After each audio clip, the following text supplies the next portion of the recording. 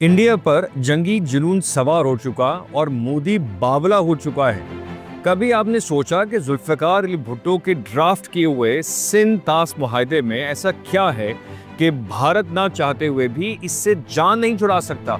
तो आइए आज आपको सिक्के का दूसरा रुख दिखाते हैं कि कैसे पाकिस्तान का पानी बंद करके इंडिया खुद को तबाह कर बैठेगा। मैं हूं डॉक्टर उस्मान हबीब और आप देख रहे हैं मेरा official YouTube channel. So let's start. Pahalgam को कश्मीर का स्विट्जरलैंड भी कहा जाता है। अपनी कुदरती खूबसूरती, सरसब्ज़ शादाब वादियों, बुलंद पहाड़ों, बहते झरनों वाले इस पहलगाम में बॉलीवुड फिल्में जब तक है जहां, बजरंगी भाईजान, हाईवे और हैदर शूट हुई है। ये 22 अप्रैल और मंगल का दिन था। इस रोज भारत के कब्जे वाले जम्मू कश्मीर की सबसे खूबसूरत टूरिस्ट अट्रैक्शन पहलगाम में होने वाले हमले ने पूरी दुनिया को हिलाकर रख दिया। मीडिया रिपोर्ट्स के मुताबिक पहलगाम में 26 सियाहों के मारे जाने की इत्तलात हैं। हस्बे मामूल भारत ने बगैर सोचे समझे इस हमले का सारा मलबा पाकिस्तान पर डाल दिया। मोदी ने उजरत में कई फैसले किए जिनके बारे में हम कह सकते हैं कि अब भारत को लेने के देने पड़ सकते हैं। इंडिया ने अटारी बॉर्डर, जिसे हम पाकिस्तानी वाघा बॉर्डर कहते हैं, मुकम्मल तौर पर बंद कर दिया है। इंडिया में मौजूद पाकिस्तानियों को 24 घंटों में इंडिया छोड़ने का हुक्मनामा दिया गया और आज शायद ही कोई पाकिस्तानी इंडिया में मौजूद हो। कम लोग जानते हैं कि पाकिस्तान से कई हार्ट पेशेंट्स अपना इलाज करवाने के लिए बाकायदा वीज़ा लेकर इंडिया जाते हैं। ऐसे में भारतीय सरकार का ये फैसला किस कदर गैर इंसानी है। मजीद ये कि मोदी गवर्नमेंट ने दिल्ली में पाकिस्तानी हाई कमिश्नर और हमारे सफारती अमले को भी मुल्क से निकाल दिया है। लेकिन सबसे ज्यादा खतरनाक बात यह है कि भारत ने 65 बरस पुरानी इंडस वाटर ट्रीटी को मुअत्तल करने का फैसला किया है। दोस्तों, इससे पहले भी इंडिया पाकिस्तान को आबी जंग से डराता धमकाता रहा है। माजी में झांके तो आज़ादी के मौके पर मुस्लिम अक्सरती इलाका गुरदासपुर इंडिया को देकर पाकिस्तान को सबसे बड़ा नुकसान पहुंचाया गया था। याद रहे कि गुरदासपुर को रियासत जम्मू कश्मीर का गेटवे भी कहा जाता है। इसी तरह रेड क्लिफ अवार्ड में मुस्लिम अक्सरती फिरोजपुर को भी भारत की झोली में डाल दिया गया। कसूर शहर से सिर्फ 25-26 किलोमीटर दूर फिरोजपुर शहर दरिया सतलुज और ब्यास के संगम पर वाक़या था। ये पहला वाटर बम था जो नेहरू ने चलाया। नेहरू कहा करता था कि मैं चाहूं तो फिरोजपुर हेडवर्क्स को बंद करके पाकिस्तान को प्यासा मार सकता हूं। अब एक बार फिर से आते हैं करंट सिचुएशन पर। इंडिया की तरफ से पाकिस्तान की वाटर सप्लाई बंद करने का ऐलान ऐसे वक्त में सामने आया है जब पहले ही पाकिस्तान पानी की किल्लत का सामना कर रहा है।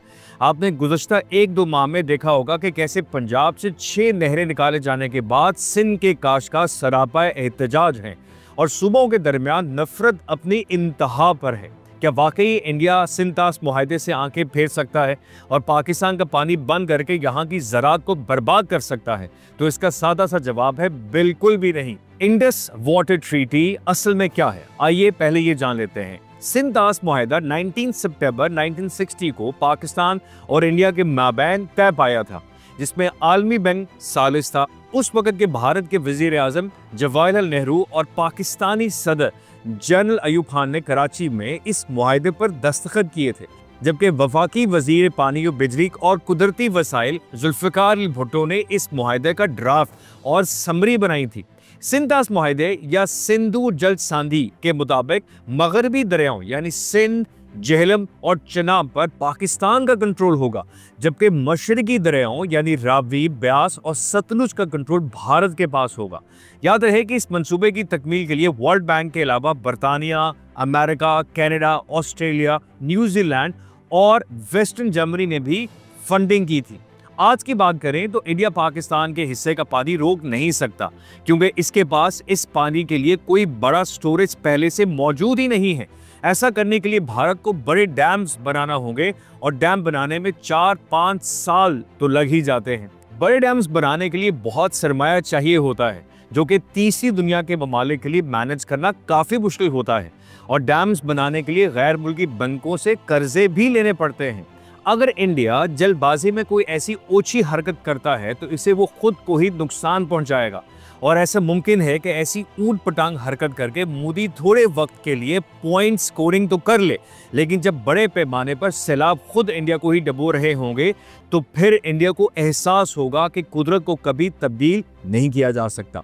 इंडियन माहिरीन का भी यही कहना है कि इंडिया के लिए मगरबी दरियाओं के तेज बहाव के दौरान अरबों क्यूबिक मीटर पानी को रोकना तकरीबन नामुमकिन है।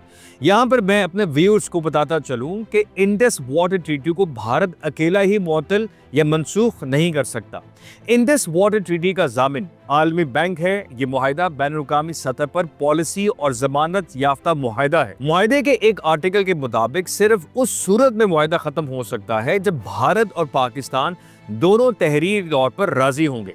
अगर भारत सोलो फ्लाइट लेते हुए सिंध-तास मुआहिदे के साथ छेड़छाड़ करता है तो फिर उन तमाम मुआहिदों पर भी सवालात उठेंगे जो दीगर ममालिक के साथ किए गए हैं। अगर मोदी इंडस वाटर ट्रीटी को ना मानने के एग्जाम्पल सेट करता है तो फिर वो किस मुंह से चाइना को रोकेगा? चाइना को एक जवाब मिलेगा जिसका वो हर सूरत फायदा उठाएगा। जी हाँ, चाइना भी बड़े डैम्स बनाकर इंडिया के दरियाओं को अपने पास रोक सकता है।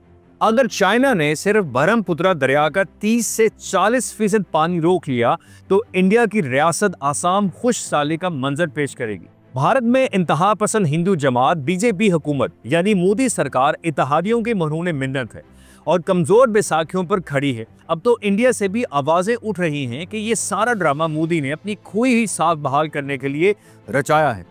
चूंकि नरेंद्र मोदी दिन ब दिन अपनी जनता में गैर मकबूल होता जा रहा था और राहुल गांधी की सूरत में ऑपोजिशन मजबूत हो चुकी थी, इन्हीं हालात को देखते हुए मोदी ने एक बार फिर पाकिस्तान मुखालिफ नैरेटिव अख्तियार किया कि वो अगली बार भी इलेक्शन जीत सके। ये सब कुछ पब्लिसिटी स्टंट के अलावा कुछ नहीं। वाज़ेह रहे कि यही मोदी था जिसने 2016 के उड़ी हमले के बाद पाकिस्तान को धमकी दी थी कि खून और पानी साथ साथ नहीं बह सकते।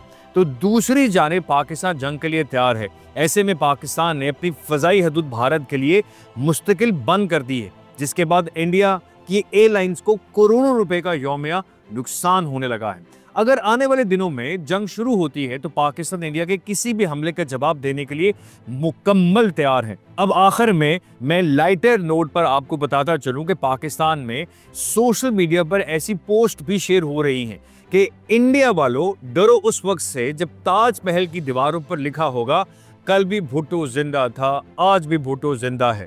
उम्मीद है आपको मेरी आज की काविश पसंद आई होगी। अपनी कीमती राय दें, इस वीडियो को अपने लाइक माइंडेड लोगों तक शेयर करना मत भूलिएगा। अपना ख्याल रखें और मुझे दुआ में याद रखें।